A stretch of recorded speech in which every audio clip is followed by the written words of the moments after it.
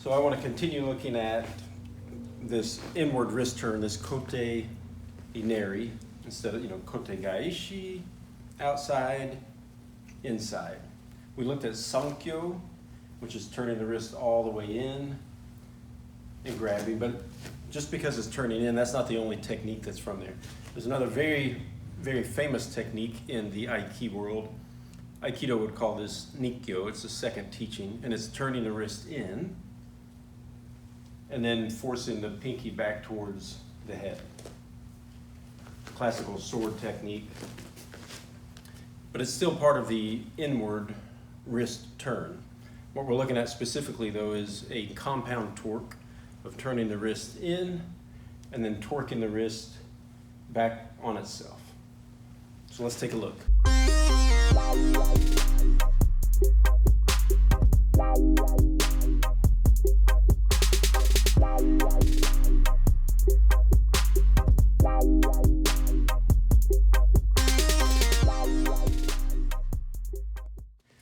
Okay, so let's take a look at this Nikyo, the second teaching, Kote Zume, also the name in Daitoru, of turning the wrist inside from a wrist grab.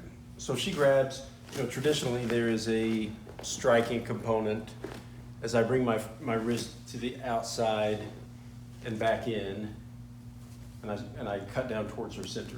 Now notice, without any other control, if she held on tight, it would be painful, but she can let go. Wrist comes out, back towards her center, she can let go. It makes sense that I would need to have another grip. So as her wrist comes over, I can place my hand on hers as I make this cutting towards her center, and it prevents her from letting go. But one crucial piece, if you want to look at this up close, if I just grab her hand haphazardly or just put pressure, she can still turn, and if you notice how her hand slides down, I need a mechanism in place that stops that. So I'm actually going to put my thumb behind her hand, behind her finger. So as I grab, my thumb is placed under her finger. Now turn your hand out. I'm stopping her from turning her hand out, and if I want to continue, that little piece right there is preventing that for this technique. So let's look at that hand grab again. So the traditional off-center coming over, this is the Kote Zume. Aikido would call this a Nikyo from a one wrist grab. From a no-gi perspective, that's kind of hard. It's not hard to escape, but if I still want control, there's another method. And it's simply by raising my thumb and forefinger to the inside of her hand. So if you can see this, she grabs, I'm just raising and grabbing. Now I have her wrist. Okay, but you see when I make full contact, this comes loose. So I have to do it together with my other hand. So she has a strong grip. I bring my hand up and I grab the back of her wrist, blocking that index finger just like I did before, but now I have dual grip. And I actually prefer to raise this like a sword because I have a lot more leverage when I straighten this out. But it's a pretty painful technique just to drop. Of course, what we do from here would just depend on our preference. We're taking the fight to the ground, and we can finish with a hard pin, a wrist break, or of course she can roll out. But one more look at that. Strong wrist grab. Simply folding my thumb and index finger around as I grab her hand, drop her to the floor. All right, so other than a wrist grab, obviously there's a lot of application when the lapel is grabbed. Common in Aikido, Aiki Jiu-Jitsu would be to lift the arm, break this through, and finish with, one of our standard pins. Not very easy in a live randori situation. She's not going to allow me to simply turn that over. I do have some forceful application that's very small, and I want to show. I may not be able to turn her wrist over, but I can secure her wrist to my chest with the same grip, right? So I come over and I hold it to my chest, but then I'm going to come under and grab my own wrist. And now I'm holding extremely tight. Can you pull away? No. Can't pull away. Compound torque is what we were talking about, how this technique works, right? Turning it over and bending.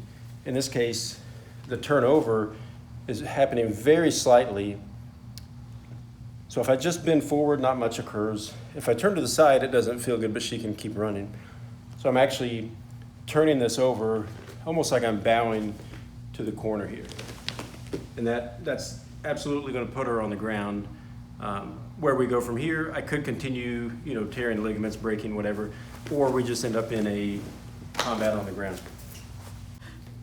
So again, the detail on this technique, it's still this inward wrist turn with compound torque, but I'm smashing it to my chest and then coming under and grabbing my own. You could say using no thumbs, but traditionally this technique, there's actually a pressure point inside the hand, so I don't want my thumb to be stuck in here. She can grab it and apply a counter technique to me, but simply controlling this with pressure, and then bowing and turning at the same time. And then she's going to go down. Okay, so let's take a look at a bear hug from behind. She's under my arms, so I have a lot of control. I don't want her to continue this grip. Obviously, she can pick me up, she can trip me. So I'm going to get at a strong base, thrust my hips forward to break her grip. A lot of techniques go through this, right? So I'm clean. Now we go under for our pummeling. I just want to make sure that I maintain this control, because this is actually the control needed for the technique that we're doing. So she grabs, I'm in base. I'm going to push her hands down and sprawl my hips forward. As I turn out, I continue to hold this. Now she'll turn and roll if I let her, but this kind of negates that technique. What makes it very painful is by keeping the elbow, what we call this Z position. So as she grabs, and I brace, as I come out, but to keep her from turning, I'm gonna go ahead and turn. I'm gonna hold her elbow. Can you turn forward and roll out? No. Right, so this, there's the sound. So looking at this grip from the bear hug again, it sounds simple that I'm gonna put the hands down and I'm gonna thrust forward, but she may have a really strong grip. The peacock knuckle comes into play if this is a real strong grip. And I'm gonna do it lightly enough, but as I strike on the back of the knuckle, facial expression, that's not in a jiu-jitsu tournament, but just a little tidbit that breaking this grip is not always easy. A little peacock knuckle to be able to turn over and finish this technique. Okay, so we just looked at this bear hug from behind, which very common occurrence and how that can work. But what on the ground, that should be a common position. Let's say that I'm in turtle, and she has, my side. She's trying to choke. She's going to go for a clock choke. She's trying to get to my back or whatever. It's common to grab this hand and break it loose, or try to go for a kimura, sit out, or sometimes we just sit out really far just to be able to turn and frame. But the technique is still here. Now in this situation, as I mentioned before, wrist techniques aren't always wrist locks that lead to a submission, but they're great escape and counter moves. So she grabs, and I keep control of this wrist. Obviously I'm cognizant of the choke, but as I wiggle to get out, I'm still holding this and I'm bringing it close to my chest. And I have the same techniques that we looked at standing. Go ahead and convert. Super tap. Is that a right term? Super tap, I think so. Page 34. But this, turning the wrist over,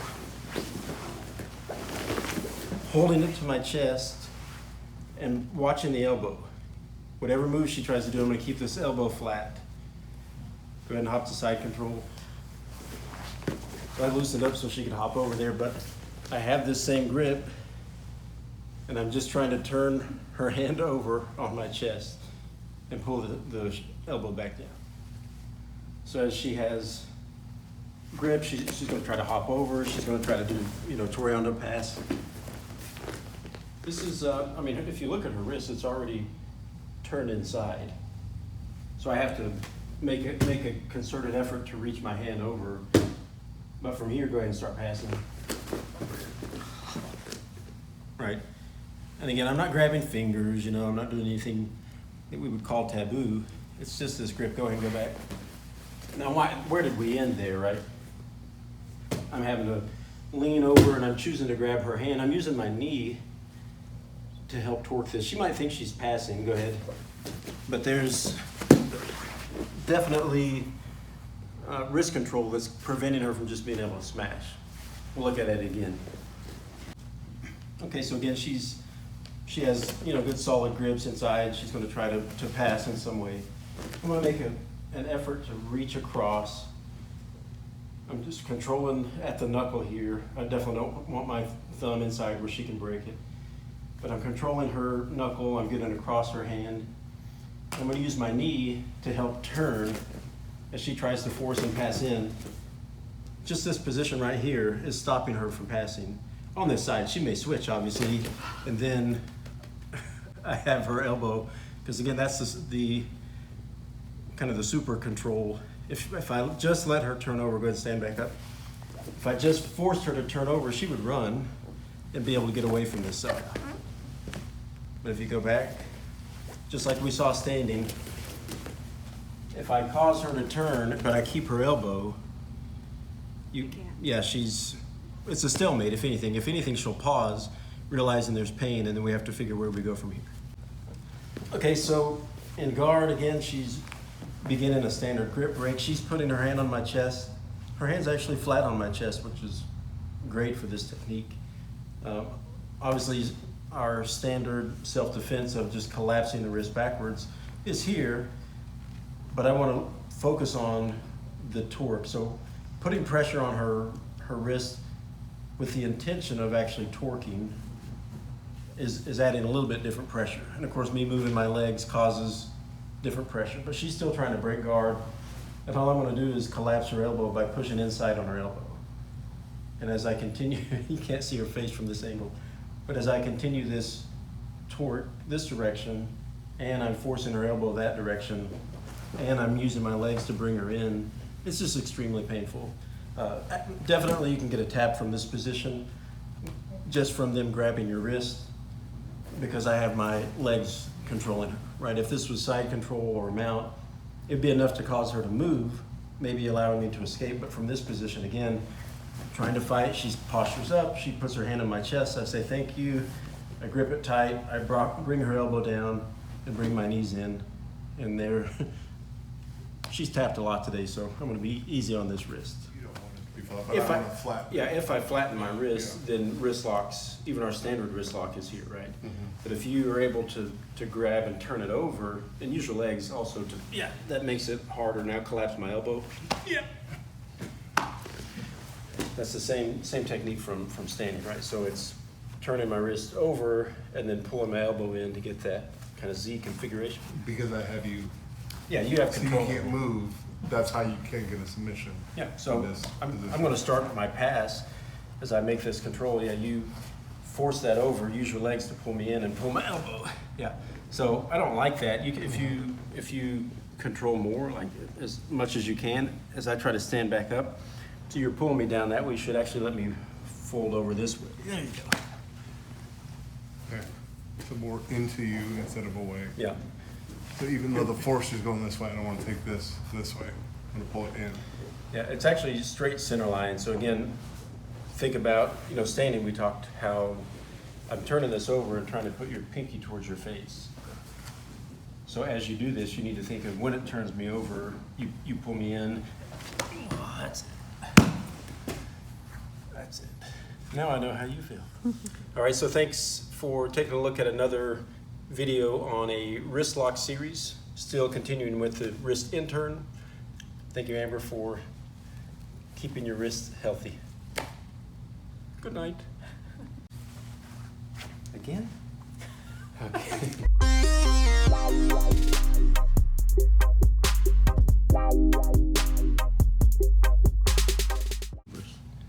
Do peacocks really have knuckles?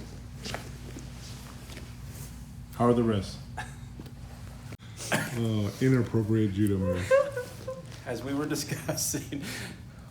Okay, we gotta go back. Prom 1985.